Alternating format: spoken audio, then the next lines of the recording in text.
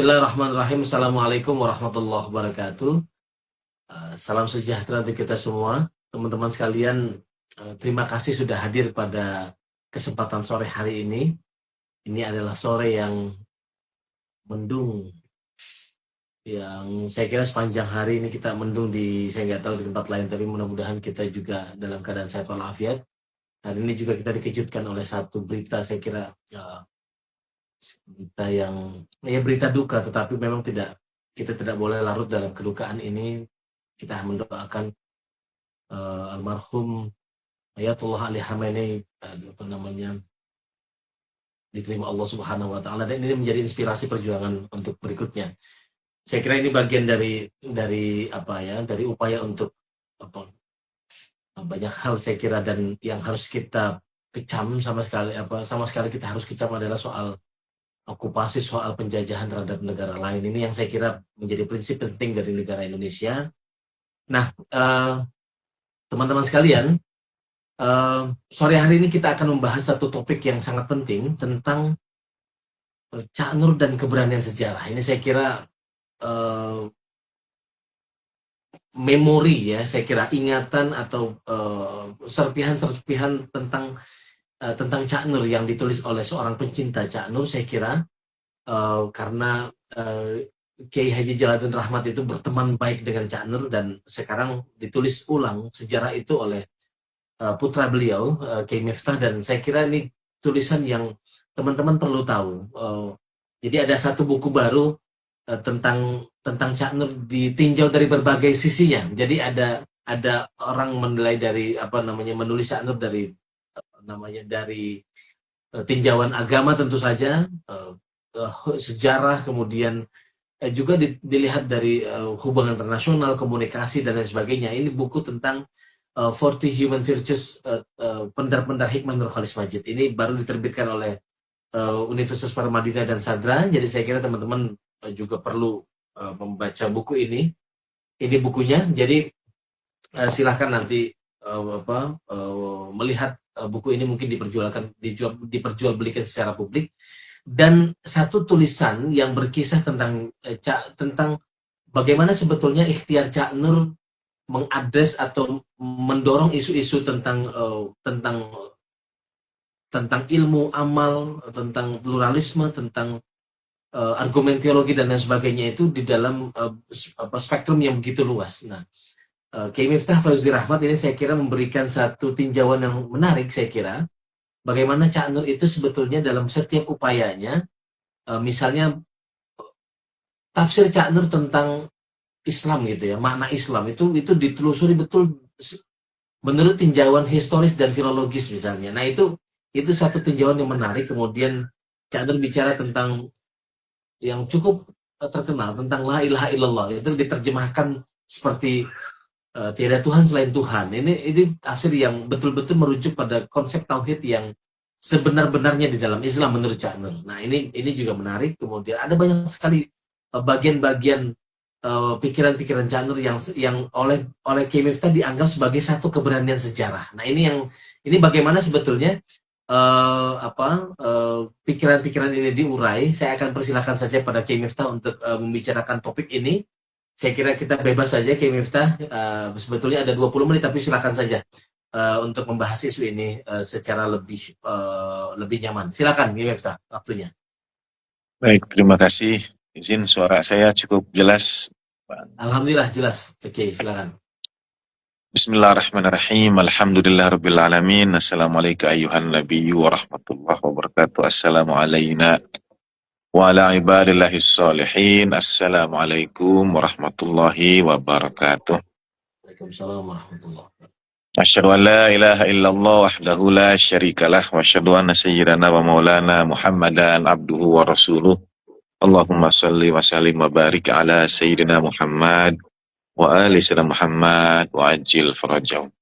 Terima kasih atas kesempatan yang diberikan oleh NCMS Khalis Majid Society pada Ibu Omi yang terkasih, pada Ibu Omi sampaikan salam barusan Kiai Miftah. Waalaikumsalam. Ya, terima kasih banyak sebesar-besarnya. Alhamdulillah selama beberapa bulan suci Ramadan terakhir, beberapa tahun terakhir, NCMS berkenan menyertakan saya untuk ikut ala berkah dalam majelis ilmu di Cak Nur Society ini. Dan izin menyampaikan sebetulnya awalnya bukan hari ini jadwal saya dan kemudian bertukar tempat dengan Ibu Lis Markus. Ya. Dan saya memang menulis dengan judul Cak Nur dan Keberanian Sejarah. Tepat ketika hari ini kita menyaksikan satu babakan baru dalam sejarah. Dalam sejarah dunia yang kita alami sekarang ini, Mas Rozi menyampaikan tentang peristiwa yang terjadi hari ini dan kemarin. Pada saat-saat seperti inilah kita merindukan sosok semisal Cak Nur. Berani itu tidak mudah. Berbeda, menyatakan pendapat dengan segala resikonya itu tidak mudah. Saya menulis menulis Cak Nur dan Keberanian Sejarah itu dengan sebuah cerita, mengawali dengan sebuah cerita tentang apa yang terjadi pada dunia ini dan membentuk dunia ini setelahnya pasca peristiwa karikatur Denmark yang menggemparkan itu. Dan peristiwa karikatur Denmark ini yang tidak menghormati, tidak memuliakan baginda Nabi Shallallahu Alaihi Wasallam, menyakiti perasaan kaum muslimin, kaum mukminin, itu terjadi seminggu setelah Cak Nur wafat. Cak Nur wafat pada tanggal 29 Agustus 2005 dan peristiwa kartun Denmark itu tanggal 5 September 2005. Jadi saya tidak bisa berhenti membayangkan bagaimana Cak Nur akan memberikan pencerahan pada kita, bagaimana kita mesti bersikap, bagaimana amarah kita mesti diarahkan. Tentu kita semua kesal, marah dengan yang terjadi pada peristiwa kartun Denmark itu. Nah, jadi hanya bisa kemudian berandai-andai dan flashback dengan teladan-teladan yang Cak Nur berikan selama ini sepanjang hayat penuh berkah beliau. Atau misalnya pada kasus semisal Pilkada Jakarta yang juga membuat bangsa kita sempat terbelah dalam tanda petik.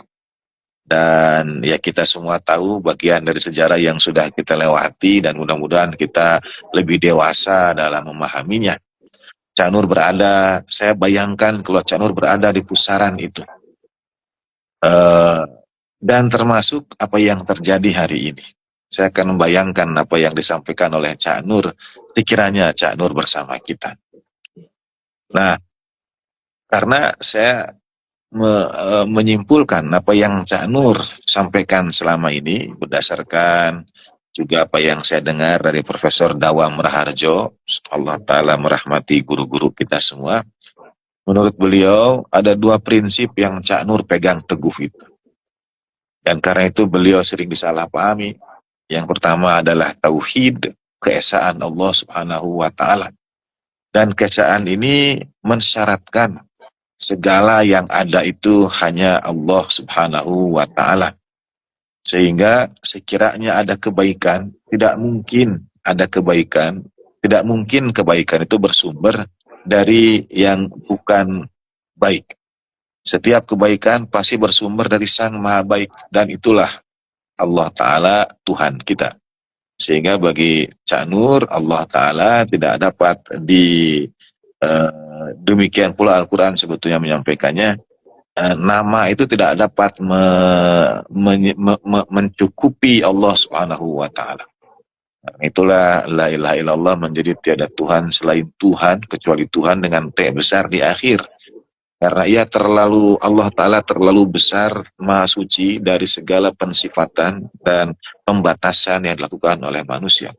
Faman haddada haddahu, faman arrafahu faqad haddah. Barang siapa yang mendefinisikan, ia sudah membatasi. Nah, Cak Nur memilih tidak menerjemahkan Allah dengan nama dan sebagainya, tentu menuai polemik dan seterusnya. Dan yang kedua yang Cak Nur perjuangkan adalah keadilan. Nah, keadilan. dua hal ini yang Cak Nur perjuangkan. Hak umat beragama lain, hak perempuan terutama, hak mereka yang terpinggirkan, yang termarginalkan. Karena Cak Nur bergerak dalam dua bingkai ini, tauhid dan adalah keesaan dan keadilan Allah Subhanahu wa taala. Saudara yang menyaksikan mungkin bisa membayangkan bagaimana kalau Cak Nur merespon kartun Denmark. Misalnya ini bagian dari adalah. Kita boleh marah. Tapi pada saat yang sama, ini contoh karena kurang lebih beberapa saat setelah itu saya ke Taman Ismail Marzuki bertemu dengan Cak Nun, MH Ainun Najib. Dan MH ternyata bersama rombongan kurang lebih semingguan setelah kami berjumpa itu berencana berangkat ke Denmark pada saat situasi tengah genting dan panas seperti itu. Lalu ketika saya tanya, Mas, kenapa berangkat ke sana? Kata MH itu, di Denmark itu hanya ada satu masjid. Dulu ya ceritanya, pada waktu 2005 itu. 2005 ya. Ya, itu pun di Copenhagen, dan itu juga Masjid Ahmadiyah, kata MH itu. Maksud MH sebetulnya penggunaan kata pun di situ itu untuk menyampaikan barangkali orang Denmark sebetulnya belum tahu bagaimana umat Islam ini menghormati dan memuliakan nabinya. Nah, ini di satu konteks sekiranya Cak Nur kemudian konsep adalah itu ya, mungkin dia tidak tahu ya, termasuk respon yang sebetulnya keras tapi tidak dengan kekerasan itu disampaikan oleh Iran waktu itu tahun 2005. Diantaranya tentu ada peranan besar dari kepala negara Iran yang gugur hari ini. Dan Iran kemudian menyelenggarakan lomba karikatur tandingan tentang peristiwa Holocaust. Ya. Jadi ada kartun, Iran membuat peristiwa kartun tandingan tentang Holocaust itu. Nah, ini kita memerlukan guidance ya dari orang-orang semisal Cak Nur yang akan menghadapinya dengan timbangan keesaan Allah Ta'ala dan keadilan itu. Dalam kasus Pilkada Jakarta, misalnya, sekiranya saya bayangkan kalau Cak Nur ada,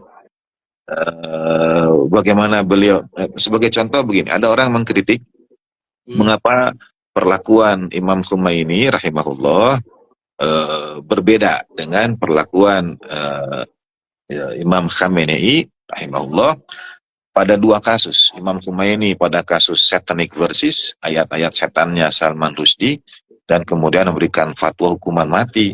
Sedangkan untuk yang Denmark ini tidak terdengar yang semisal itu dari Imam Khamenei misalnya. Orang bertanya. Nah, di antara yang saya pahami jawabannya itu adalah bagi Imam Khomeini, Salman Rushdie itu tumbuh dalam tradisi Islami. Dia tahu bagaimana orang Islam memahami baginda Nabi, memuliakan, menghormati, dan dia tahu konsekuensi dari melakukan itu.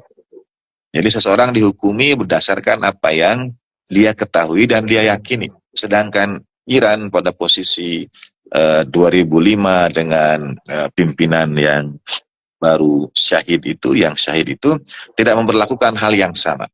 Karena pemahaman yang berbeda.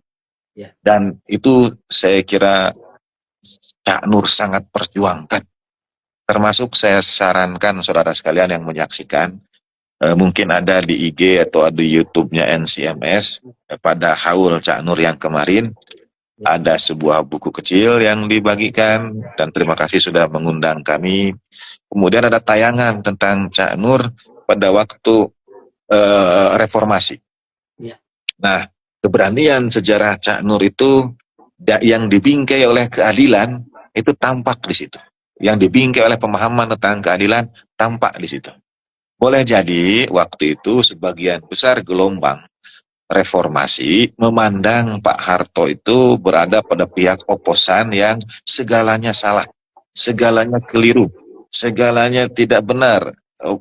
Ya, nah itu ya, yang terjadi. Jadi saya sarankan kalau ada linknya Mas Rozi bisa memberikan pada teman-teman di IG atau di YouTube.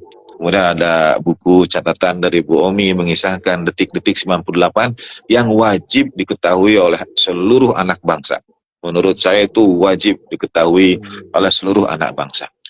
Uh, dalam peristiwa hari ini itu saya menyampaikan tulisan karena pimpinan Ayatullah Sayyid Ali Khamenei yang syahid ini, beliau itu dalam beberapa tahun terakhir secara khusus menyampaikan kajian-kajian tentang Sayyidah Khadijah salamullah alaiha. Menurut beliau, perempuan mulia Sayyidah Khadijah ini hak mengenalnya belum baik ditunaikan oleh umat. Jadi umat belum begitu kenal sosok pendamping baginda Nabi yang pertama ini.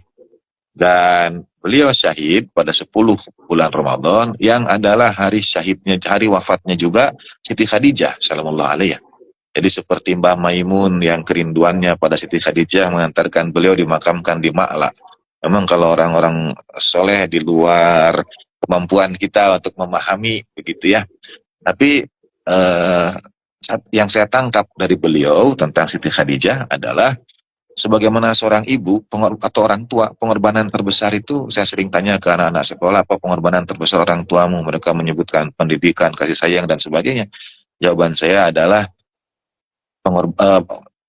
hal terbesar yang orang tuamu lakukan itu adalah yang tidak kalian ketahui. Jadi yang tidak disampaikan pada kalian, ya, penderitaannya untuk memberikan pada kalian keleluasaan, ya, sakitnya untuk memberikan pada kalian kesehatan, tangisannya untuk memberikan pada kalian kebahagiaan, itu yang tidak dikisahkan. Nah, banyak umat tidak tahu. Saya kira banyak anak bangsa tidak tahu apa yang sudah Cak Nur lakukan untuk negeri ini pada detik-detik reformasi. Ya. Ada keberanian sejarah. Jadi orang tidak tahu, padahal itu seperti orang tua melakukan yang terbaik untuk kita tanpa harus kita tahu, tanpa harus anak-anaknya tahu.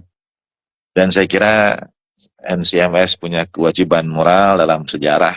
Kalau Cak Nurnya tidak ingin diketahui, NCMS wajib menyampaikannya ke anak-anak bangsa ini, ya.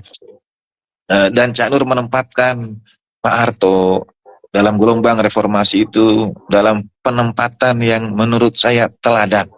Ya. Menurut saya, ya. Jadi sekali lagi saya tidak dapat mengisahkan lebih jauh. Saudara mesti menyaksikan tayangannya, membaca catatan Bu Omi tentang itu. Itu bagaimana menempatkan seseorang yang tadinya berhadapan.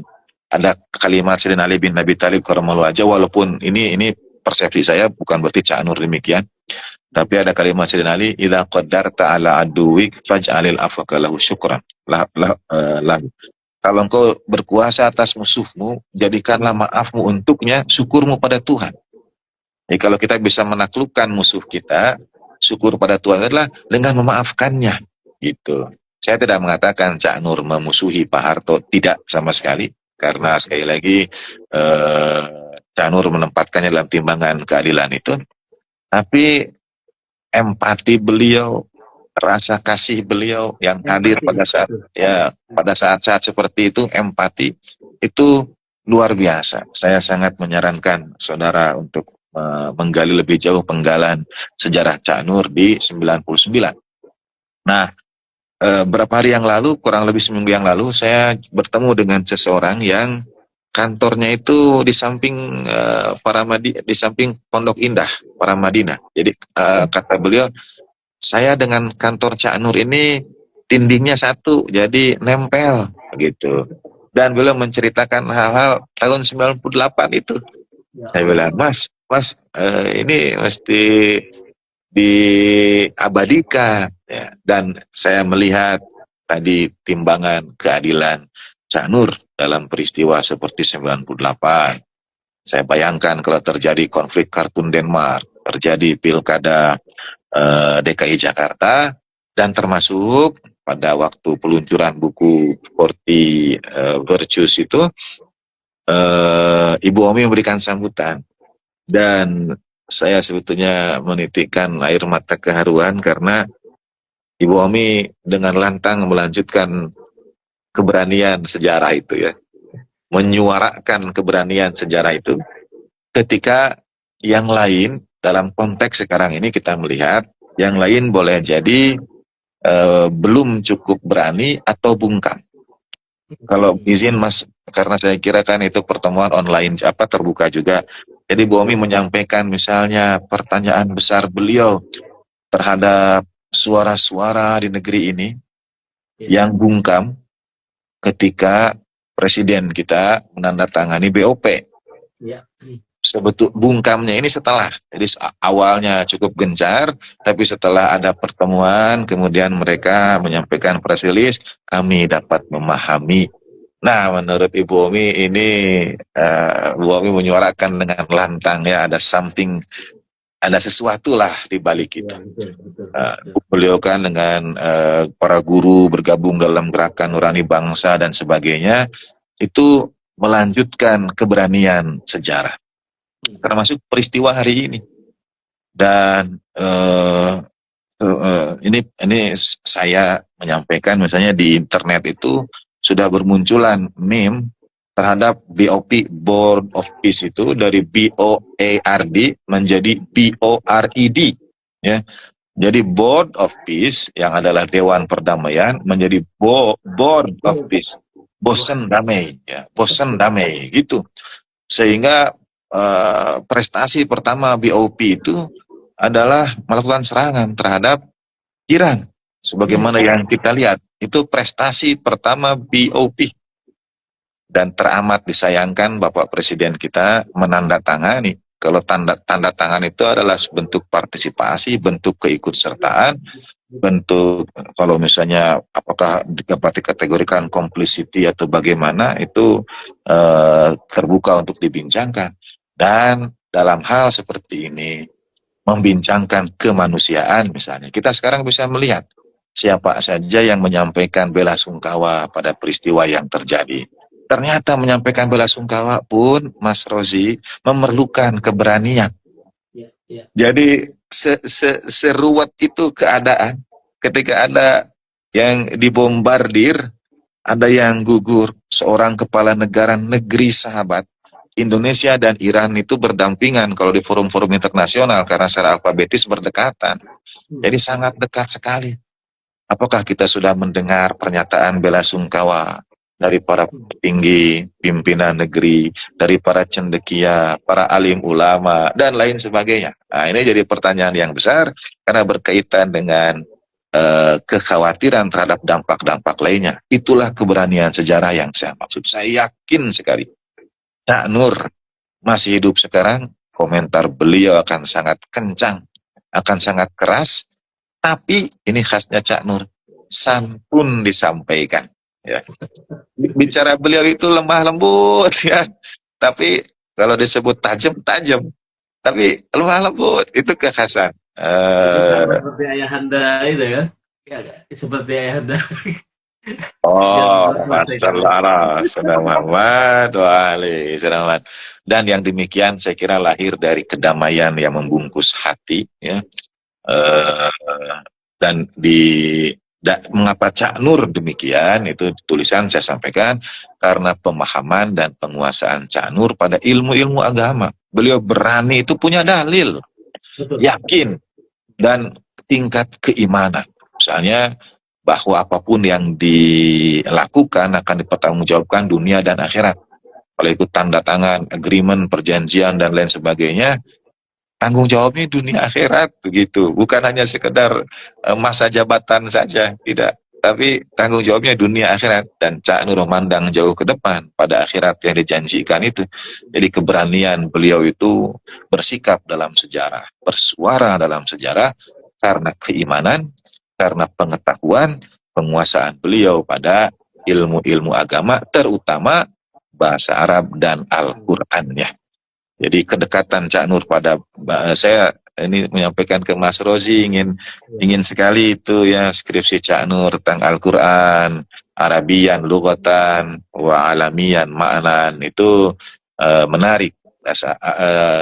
Al-Qur'an ini bahasanya Arab tapi maknanya universal. Jadi dari situlah akar Cak Nur menurut saya, dengan perjalanan hidup beliau di pesantren-pesantren, kemudian di kampus, yang mengantarkan beliau pada sikap berani dalam sejarah itu. Sebagai pengantar saya kira demikian, Mas Rozi. Terima kasih sekali lagi. Salam takzim semuanya. Terima kasih banyak Kiai Miftah. Saya kira memang urusan keberanian ini memang urusan yang tidak mudah saya kira, dan Cak Nur dalam beberapa kesaksian saya kira memang sosok yang cukup berani untuk katakanlah berbeda dari banyak mainstream gitu ya. Karena kalau saya mengatakannya, karena respon yang datang setelah itu juga nggak mudah itu. Nah itu beliau tahu itu, tapi sifat takzimnya terhadap seperti yang tadi Kiai sampaikan, terhadap para senior, begitu beliau dikritik dalam perkara sekularisasi dan sekularisme misalnya, yang mengkritik adalah Pak Rashidi, itu beliau bukan dari Ibu Umi saya dengar itu bukan tidak punya argumen untuk membalas itu, bukan itu, tapi Pak Rashid itu guru saya, jadi sebaiknya memang tidak berdebat dengan seorang guru. biarkan itu mengalir saja, meskipun beliau punya keyakinan bahwa apa yang disampaikan tuh belum tentu bisa juga keliru karena ada beda pemahaman tadi. Ya itu yang saya kira khasnya, sama seperti juga yang tadi diceritakan soal reformasi 1998. Langkah Cantuk banyak dikritik karena menempatkan Po Harto itu bukan seperti orang-orang kebanyakan yang melakukan kritik yang betul-betul terbuka, tapi justru membujuknya. Begitu ditanya, Bapak tahu nggak reformasi itu artinya Bapak harus mundur. Mengatakan itu ketika orang sedang berkuasa itu kan sesuatu yang tidak mudah dan dia tahu resikonya. Nah saya kira bagian-bagian ini yang dicontohkan kemudian oleh Ibu Omi dalam beberapa kesempatan dan cukup keras. Selalu tanya, ini kenapa bisa seperti ini para pemimpin agama kita, pemuka agama kita. Ini yang saya kira juga jadi PR besar bagi kita. Tentu saja yang disampaikan oleh Cak Nur dalam beberapa segmen hidupnya, termasuk soal tadi soal kalimat la ilaha illallah, kemudian ada banyak sekali bahasan-bahasan Cak Nur, itu dalam rangka ikhtiarnya untuk melakukan edukasi terhadap umat, dan kita harus punya progres, kita harus punya maju, dan kita betul-betul mengandalkan pikiran kita, bukan hanya taklid pada argumen-argumen yang ada di dalam agama misalnya, tetapi kita berani melakukan kritik terhadap itu. Nah itu yang saya kira juga penting bagi masyarakat Muslim, soal-soal seperti ini. Nah terkait dengan itu ada satu pertanyaan yang cukup menarik tadi soal yang disampaikan oleh Kiai Miftah, itu soal segala sesuatu itu bersumber dari Allah Subhanahu wa Ta'ala. Nah, dalam perkara banyak hal di dalam dunia ini, itu kan bukan hanya kebaikan, tetapi juga ada kejahatan. Seperti yang kita alami 2 hari terakhir ini di komunitas internasional, serangan terhadap Republik Islam Iran misalnya, itu kan bukan satu yang dikatakanlah bukan satu kebaikan. Itu juga apakah bersumber dari, pertanyaannya, apakah itu juga bersumber dari Allah? Kira-kira gitu ininya. Oh, wassalam. Ini dari kawan. Ya, betul. Persis seperti itu. Baik, terima kasih. Ini pertanyaan cukup berat untuk dapat dijawab dengan singkat. Ya. Ya, misalnya the problem of evil biasanya dalam filsafat dibincangkan tentang masalah keburukan. Apakah keburukan itu bersumber dari Tuhan atau bukan? Karena sesungguhnya keburukan pada hakikatnya adalah ketiadaan kebaikan. Ya. Ketiadaan kebaikan. Jadi dia tidak wujud sebetulnya. Nah ini yang saya maksudkan dengan pembahasan filsafat. Saya membedakan, Mas Rozi, antara malam siang dengan gelap dan terang. Okay. Kalau malam siang dia berlawanan, kalau gelap terang itu yang satu adalah ketiadaan yang lainnya. Sebetulnya misalnya seperti cinta dan benci. Apakah cinta dan benci ini berlawanan? Atau sebetulnya cinta adalah ketiadaan benci, misalnya begitu. Ya. Nah dalam konteks yang terjadi sekarang, kalau ditanya pimpinan Iran yang syahid ini, apakah ia membenci Netanyahu, membenci Donald Trump, atau mengasihinya? Misalnya begitu ya. Ya, ya, Nah, ya. ini pertanyaan filosofis sekali lagi, saudara. Saya mengambil contoh dengan peristiwa yang terjadi. Di sisi yang lain, ya, keburukan itu adalah ketiadaan kebaikan. Ya. Jadi dia tidak dapat dinisbatkan pada Tuhan karena sebetulnya dia nisbi, sebetulnya dia relatif, gitu ya. Keburukan itu relatif, sedangkan Tuhan mutlak. Dari mana muncul yang disebut dengan keburukan ini? Ketika kita menunggangi nilai-nilai yang sesungguhnya baik karena kepentingan hawa nafsu, karena kepentingan diri, karena ego. Sama anak-anak sekolah saya sering tanya apakah masalah terbesar di dunia, anak-anak kemudian nanti studi memberikan jawabannya, terorisme kah, obat trafficking kah, drugs dan seterusnya. Nah, mereka presentasi. Setelah selesai, saya jawab versi saya. Saya bilang masalah terbesar di dunia ini adalah ego dan hawa nafsu. Ya, ya selfish lah bilang itu ya. Jadi orang yang misalnya drugs ya karena dia pengen banyak uang, yang trafficking semuanya itu untuk memuaskan diri aku gitu. Yang terjadi itu adalah pemuasan hawa nafsu terhadap peristiwa yang terjadi di Timur Tengah, dunia internasional sekarang ini. Keinginan untuk berkuasa, menaklukkan yang lain, keinginan agar bisnisnya mudahlah, perang dagangnya menanglah, dan lain sebagainya. Jadi bersumbernya itu dari keakuan itu. Dan itu bukan sesuatu yang bersumber dari Tuhan. Namanya juga keakuan. Maka ia bersumbernya dari aku. Ya, dari aku, bukan dari Tuhan. Begitu. Nah, keburukan itu bersumber dari keakuan. Ini jawaban singkat, saudara. Tapi untuk mengetahui jawaban lebih jauhnya, sering-seringlah bergabung di IG dan YouTube NCMS. Atau misalnya Mas Budi itu apa? Betul? Esoterika ya. Nah, itu betul. Sering-seringlah bergabung di situ. Itu ranahnya untuk berdiskusi tentang semisal itu. Terima kasih. Menarik, itu selaras dengan apa yang pernah disampaikan dari dalam karya-karya Cak Nur Yai Miftah soalnya. Seperti relasi yang setara antara satu orang dengan orang lain itu kan tidak mungkin menimbulkan ketimpangan kalau orang berpikirnya setara. Sama dengan relasi negara. Kalau satu negara itu merasa dirinya adidaya, kemudian merasa orang lain itu tidak berdaya dan dia merasa untuk melakukan okupasi misalnya, itu kan didasarkan pada relasi yang tidak setara. Pandangan itu yang benar. Terima kasih sudah mengangkat itu ya. Memang saya pribadi termasuk yang mengenal istilah relasi itu dari Cak Nur. Misalnya relasi kuasa, relasi tak setara itu beliau yang menurut saya tidak tahu ya, tidak ada kajian, tapi barangkali beliau termasuk yang awal mempopulerkan istilah-istilah seperti ini ya. Kita bisa menyaksikan yang Mas Rozi sampaikan dengan sangat baik, hanya beliau tidak menyebut nama. Saya ingin sebut nama. Jadi misalnya apa yang terjadi pada Presiden Venezuela, gitu ya. Kalau beliau menyebutnya tadi negara adidaya. Nah, saya coba mengambil sedikit saja 0,0 sekian persen dari keberanian itu. Gitu ya. Jadi apa yang terjadi pada Presiden Maduro di Venezuela, ya, kemudian yang terjadi sekarang juga di Timur Tengah pada Iran, ya relasinya tadi itu tidak setara seperti yang Mas Rozi sampaikan. Bahkan ada catatan tentang BOP ini, tolong koreksi kalau saya keliru, bahwa Presiden Donald Trump itu selain ia adalah wakil Amerika di BOP, tapi juga chairman-nya, ketuanya. Artinya Presiden Amerika nanti bisa ganti, tapi chairman BOP tetap dia. Nah itu dia. Jadi ya begitulah ya, ya.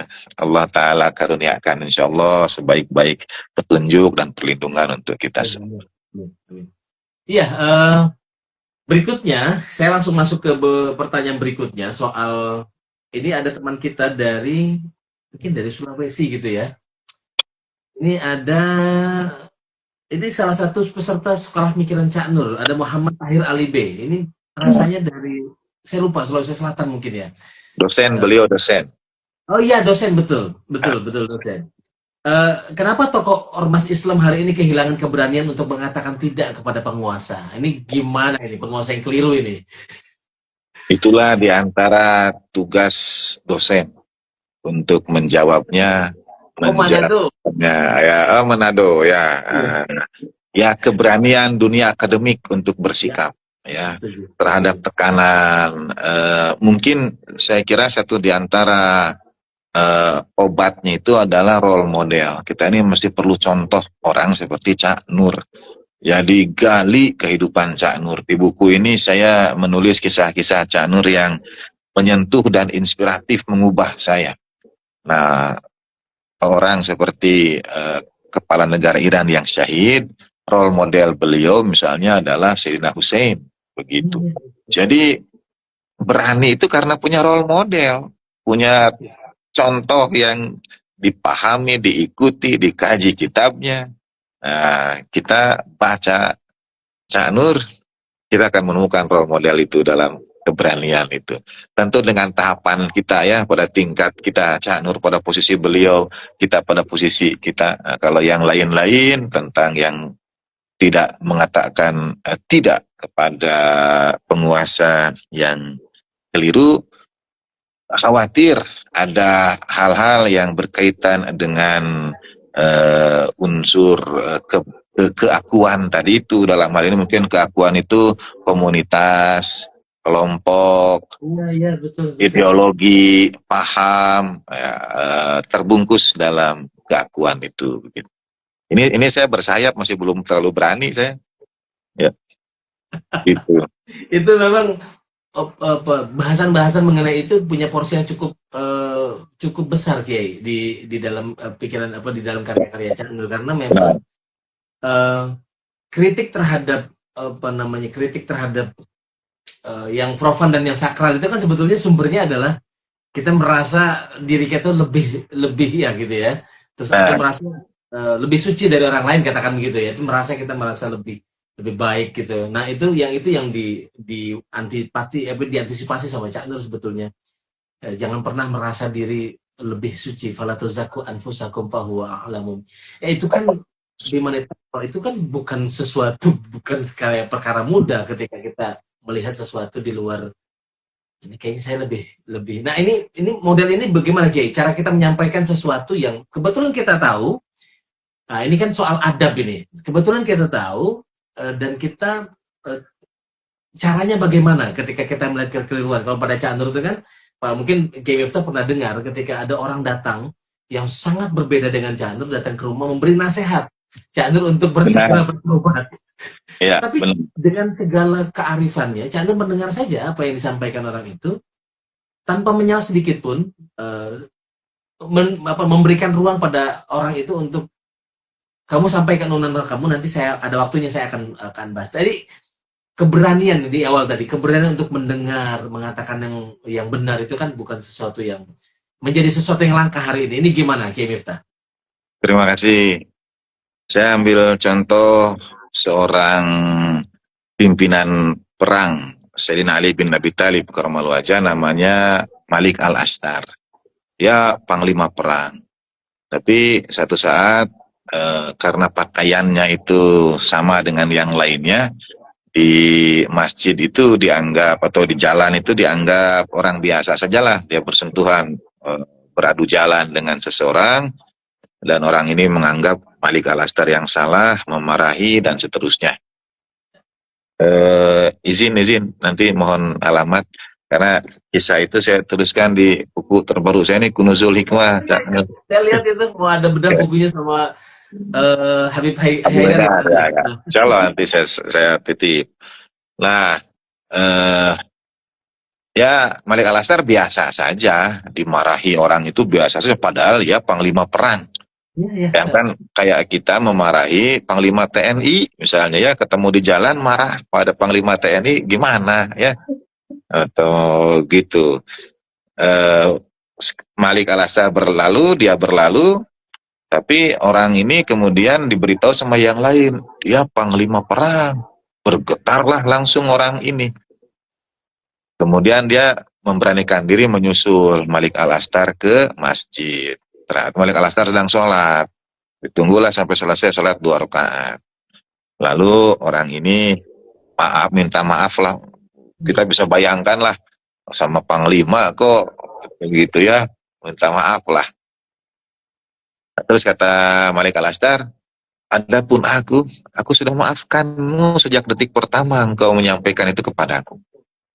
Kau lihat aku sholat 2 rakaat tadi itu, aku sholat 2 rakaat memohon agar Allah Ta'ala mengampunimu. Ya, jadi aku udah maafkan, tapi aku sholat lagi nih supaya Allah Ta'ala maafkan kamu, gitu. Nah, ini karena kasih menurut saya, karena ini orang tidak tahu bahwa dia tidak tahu, gitu. Jadi Cak Nur itu tahu kalau yang menyampaikan kepadanya ini tidak tahu. Tahu kalau ini karena giroh, karena semangat. Tahu dalam bahasa Al-Quran, dzalika mablaghuhum fil ilm. Tahunya baru segitu. Gitu. Jadi Cak Nur memaklumi, dalam istilah agama dia disebut hilm, memaklumi. Dan pemakluman ini hanya dapat dilakukan oleh orang yang alim, oleh orang yang mengetahui. Jadi ilmu itu, al-ilm itu beriringan dengan hilm. Nah, dalam cerita-cerita personal Cak Nur yang alhamdulillah beroleh keberkahannya dengar dari Ibu Omi, hilm Cak Nur itu luar biasa. Termasuk misalnya saat-saat terakhir beliau di rumah sakit, perhatian yang besar pada rakyat. Ibu Omi cerita minta diteleponkan Direktur Pertamina. Waktu itu ada masalah dengan Pertamina.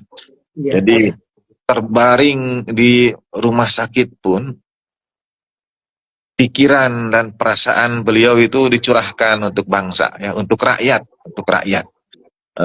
Karena Cak Nur berada pada posisi yang insya Allah bisa memberikan masukan, didengar oleh orang, dan sebagainya. Termasuk menurut saya, termasuk keberanian ini langkah Cak Nur dalam perpolitikan. Itu juga berani. Beliau berani, ada kalimat dalam bahasa Inggris, kalau tidak salah Malcolm Muggeridge yang menyampaikannya, never forget, only dead fish swim with the stream. Jangan pernah lupa, hanya ikan mati yang bergerak dengan arus sungai. Nah, Cak Nur itu melawan arus sungai. Jadi, kalau mau, dan itu saya sering sampaikan seperti Allahyarham Bapak, tidak pernah berada di zona nyaman, tidak pernah berada di comfort zone. Kalau mau, usia misalnya sudah sepuh, katakanlah pensiun, di rumah baca buku, nulis, main dengan cucu misalnya ya. Tidak, itu bukan pilihan bagi orang-orang yang berani dalam sejarah itu. Tidak, dia malah masuk ke arena yang sangat mungkin kemudian dihujat, digugat, disalahpahami. Wah, ini betul karena pemakluman yang sangat besar, hilm dari Cak Nur itu saya kira tahu hilm, halim sangat memaklumi gitu. Iya, dan langkah sejarah itu, langkah berani atau langkah sejarah yang berani itu juga sebetulnya seperti yang Miftah tadi sampaikan, itu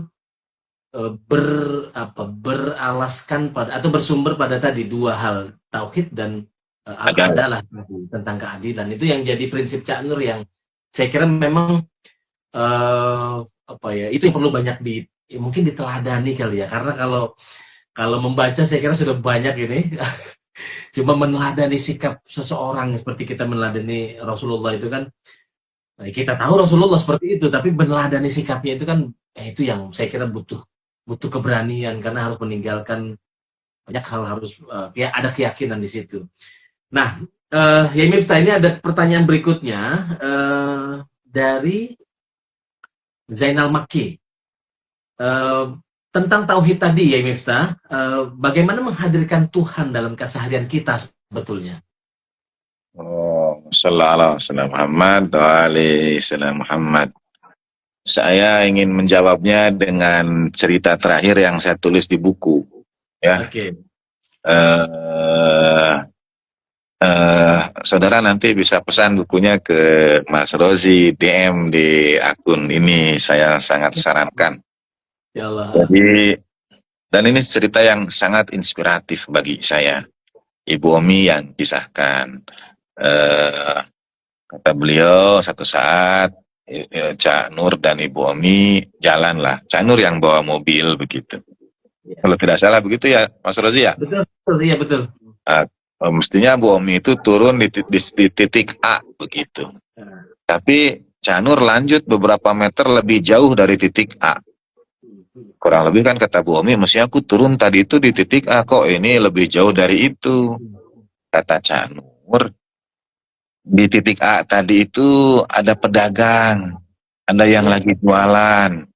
Saya tidak ingin kalau ibu turun di situ, seakan-akan memberikan harapan bahwa ibu akan beli pada yang dagang itu. Iya. Itu ya, itu luar biasa. Saya sebutnya tersentuh.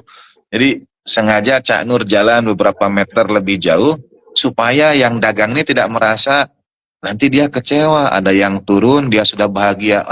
Sik, ini ada potensial customer begitu. Tapi ternyata ibu tidak beli, dia kecewa. Padahal menurut saya ini, saya waktu mendengar itu tersentuh sekali. Menurut saya, mungkin pedagang, bagi pedagang hal biasa. Mungkin bagi pedagang ya banyak yang datang dan kemudian tidak jadi beli, banyak yang turun dan itu hal biasa. Boleh jadi dia sudah imun, sudah kebal, ya, sudah imun. Tapi masalahnya itu bukan. Ini ada cerita lagi. Mohon maaf kalau saya kesana kemari ya. Betul. Jadi pernah satu saat ada seseorang. Ini cerita orang Iran. Jadi ada orang sudah sepuh nyebrang jalan pagi-pagi kena mobil lah, kena mobil gitu. Sudah sepuh dia. Ternyata dia baru pulang beli roti untuk sarapan. Setelah dibawa ke rumah sakit, dia tetap minta bawa saya ke rumah. Pokoknya udah enggak apa-apa. Akhirnya diantarlah oleh yang nabrak ini ke rumah. Dia diantar, di rumah itu dia ada istrinya.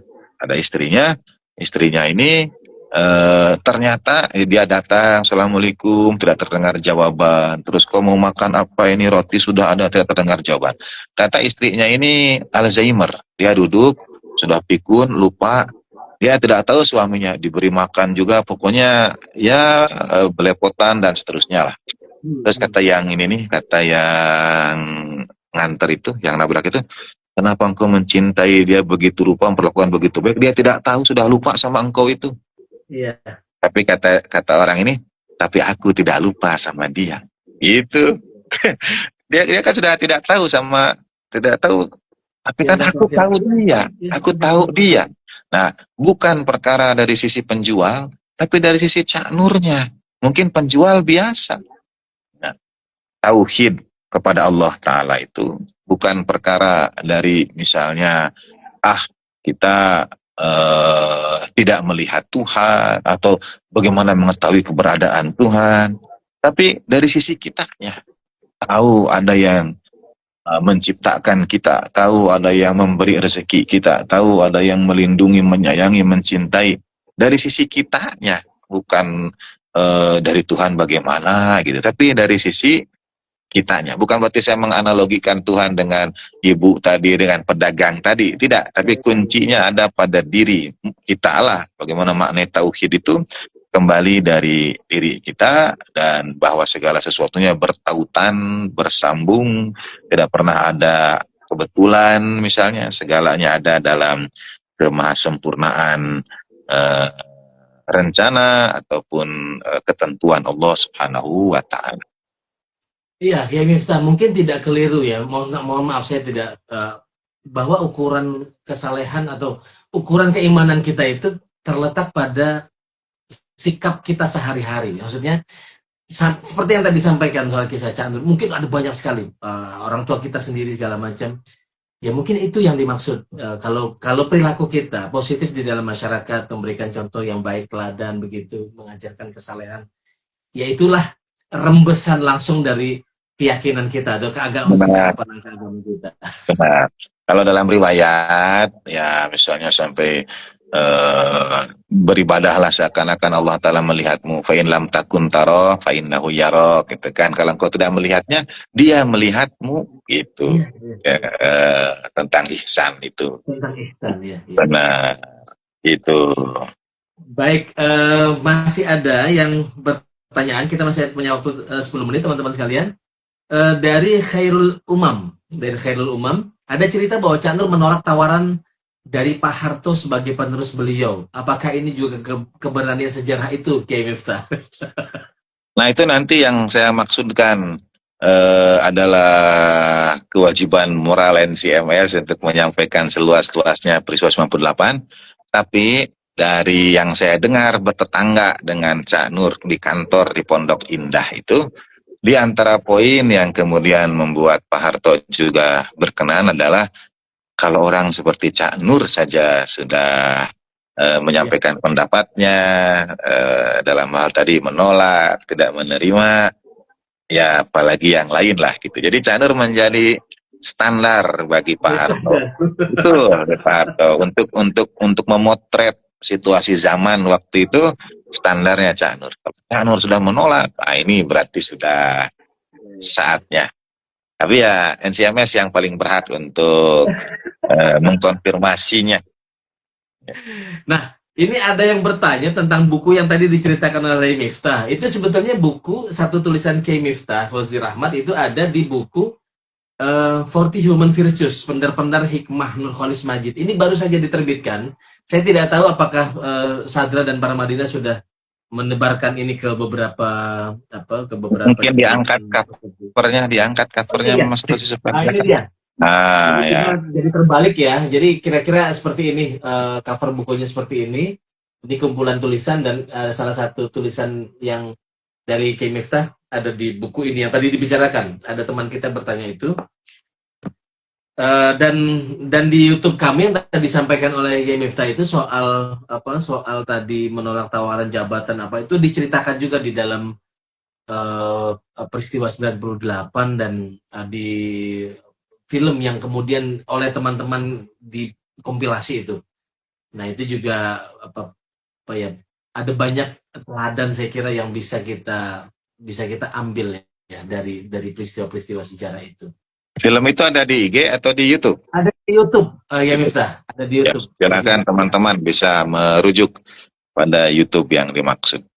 Ya, ada di YouTube Cak Nur Society namanya. Jadi silakan nanti, dan mengenai buku nanti mungkin bisa nanti saya sampaikan di Instagram kami atau di beberapa akun medsos juga soal buku ini.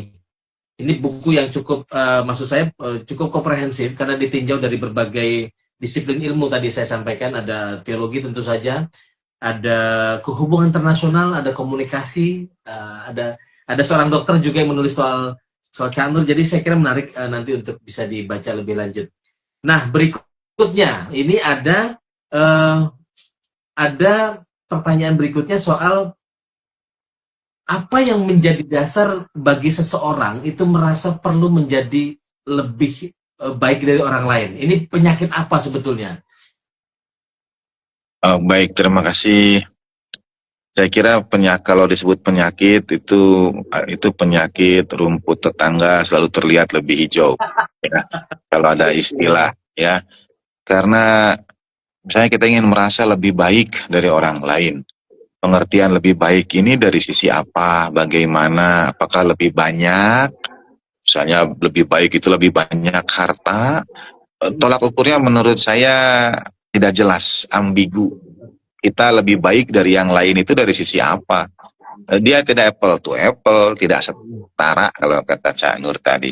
Tidak adil karena setiap orang dengan keistimewaannya, menurut saya tidak ada kategori lebih baik itu dari sisi kita sebagai manusia ya. Bahkan Allah Ta'ala ketika menyebut inna akramakum indallahi itu bukan yang sesungguhnya yang paling mulia di sisi kalian adalah yang paling baik di antara kalian. Tidak begitu kalimatnya. Tapi atqakum, yang paling takwa. Takwa artinya apa? Menjaga diri. Jadi justru yang lebih baik itu yang menjaga dirinya. Dari apa? Dari merasa lebih baik dari yang lain. Nah, jadi yang disebut lebih mulia justru orang yang menahan diri, menjaga diri. Jangan sampai kalau dalam tradisi misalnya dari riwayat Sayyidina Hussein itu ada radhiyallahu ta'ala alaihi salatu wassalam, ada riwayat adab itu adalah yang disebut dengan adab adalah setiap orang yang kau temui, kau lihat pada dirinya ada sesuatu yang dia miliki yang lebih baik dari yang kita miliki.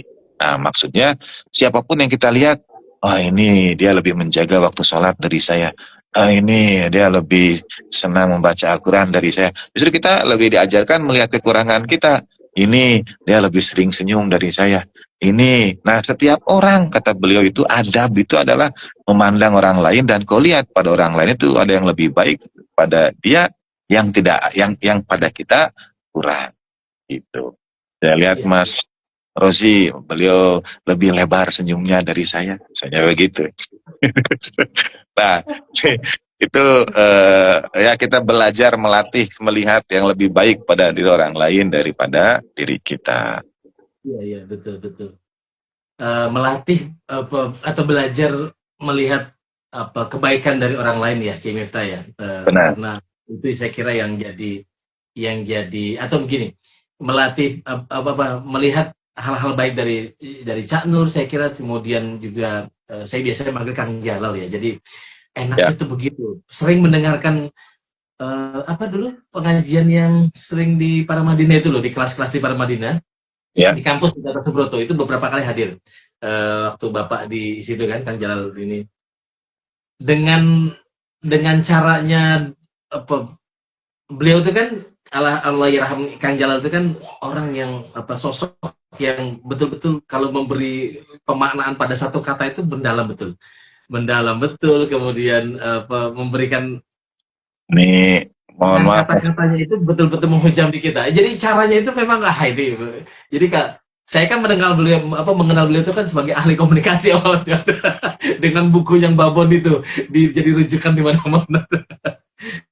Nah, jadi dari dua sosok ini saya kira kita bisa belajar banyak tentang bagaimana menyampaikan sesuatu itu dengan rahmat gitu ya, dengan rahmat, bukan Seperti ingin menang-menang, tapi ingin menyampaikan sesuatu kebenaran dengan cara yang benar. Karena dalam fenomena kita sehari-hari, kita seringkali menyampaikan sesuatu yang benar itu bukan dengan cara yang thayyibah gitu.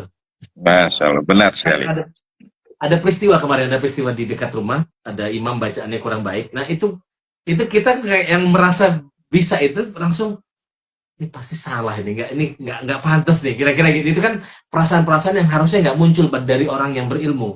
Karena kalau orang berilmu itu tadi mungkin helm itu mungkin dia akan sadar ya, mungkin dia belum tahu. Kalau nanti dia akan belajar dan kita doakan dia menjadi lebih baik lagi di masa yang akan datang. Kira-kira mungkin saya Ini tafsir saya mungkin seperti itu, Kiai. ya, sebetulnya Mas Rozi baru saja mengamalkan adab itu. Beliau melihat kebaikan ya. Dan satu di antara yang Cak Nur lakukan. Jadi saya kan menulis yang saya kirim ke ibu itu ke Mas Rozi, kemudian sampai ke ibu. Saya bilang kami keluarga saya sebagai putra Allah Yarham, kami keluarga ini berutang budi pada Cak Nur yang tak terkira pada keluarga Cak Nur. Karena menurut kami satu di antara tangga tahapan Allah Yarham Bapak itu naik ke pentas nasional, kalau kita sebut begitu ya, itu adalah KKA Paramadina. Iya betul Adalah kakak. kesempatan yang diberikan Cak Nur. Jadi Cak Nur itu memberikan kesempatan Allahyarham naik ke pentas nasional dari Bandung, cendekiawan di Bandung misalnya, sudah keliling juga. Hanya ya Jakarta itu ya barometer nasional dan panggung Allahyarham mentas di nasional itu dibuka oleh KKA. Bahkan kata Mas Budi, Bapak termasuk pembicara yang cukup sering, kalau tidak paling sering di KKA begitu. Dan saya menulis itu Cak Nur dengan sengaja meredupkan sinarnya untuk memberikan pelita lain kesempatan untuk terang. Gitu. Itu yang memang sulit ya. Iya, Jadi iya, iya. sebagai beliau selalu menempatkan bukan sebagai pembicara utama, dan saya yakin ada yang sependapat dengan para pembicara itu, ada yang Cak Nur tidak, tapi silahkan disampaikan.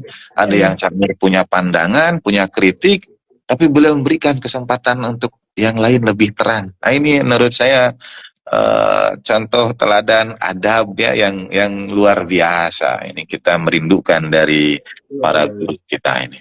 Iya. Jadi dari para guru kita belajar bahwa perbedaan sekecil apapun itu atau sebesar apapun itu harus diberikan Oh, jalannya. Ya, Nur, itu. benar, Harus diberikan benar, jalannya benar. karena nanti akan diseleksi juga oleh alam kira-kira mana yang akan diikuti, mana yang akan tidak diikuti. Jadi kira-kira karena kalau kebaikan itu yang kemudian disinarkan gitu, yang ditebarkan itu pasti akan mengundang banyak orang datang. Kira-kira itu. Nah, Masya teman-teman Allah. sekalian, teman-teman sekalian kita sudah Ini sampai di ya, ujung acara. Ada yang mau disampaikan lagi, ya bisa? nah, saya hanya ingin mengatakan bahwa Cak Nur memberikan ruang itu dilanjutkan oleh NCMS. NCMS ini seperti KKA dulu, memberikan banyak ruang beberapa pendapat dan sebagainya, dan Mas Rozi sebagai hostnya dengan sengaja meredupkan sinarnya untuk memberikan kesempatan pada saya lebih terang. Ini teladan yang sangat baik ya, saya kira. Terima kasih. Terima kasih banyak, Miftah, sekali lagi terima kasih. Teman-teman juga terima kasih sudah banyak memberi respon, memberikan komentar dan pertanyaan-pertanyaan yang memperkaya diskusi kita pada sore hari ini. Kita kembali lagi pada hari Selasa. Hari Selasa kita akan bersama dengan Ibu Heni Supulo dari Yayasan Cahaya Guru. Kita akan bicara tentang pengalaman perjumpaan ikhtiar untuk menghadirkan harmoni di masyarakat. Terima kasih banyak teman-teman sekalian. Billahi taufiq wal hidayah. Wassalamualaikum warahmatullahi wabarakatuh. Waalaikumsalam. Terima kasih banyak.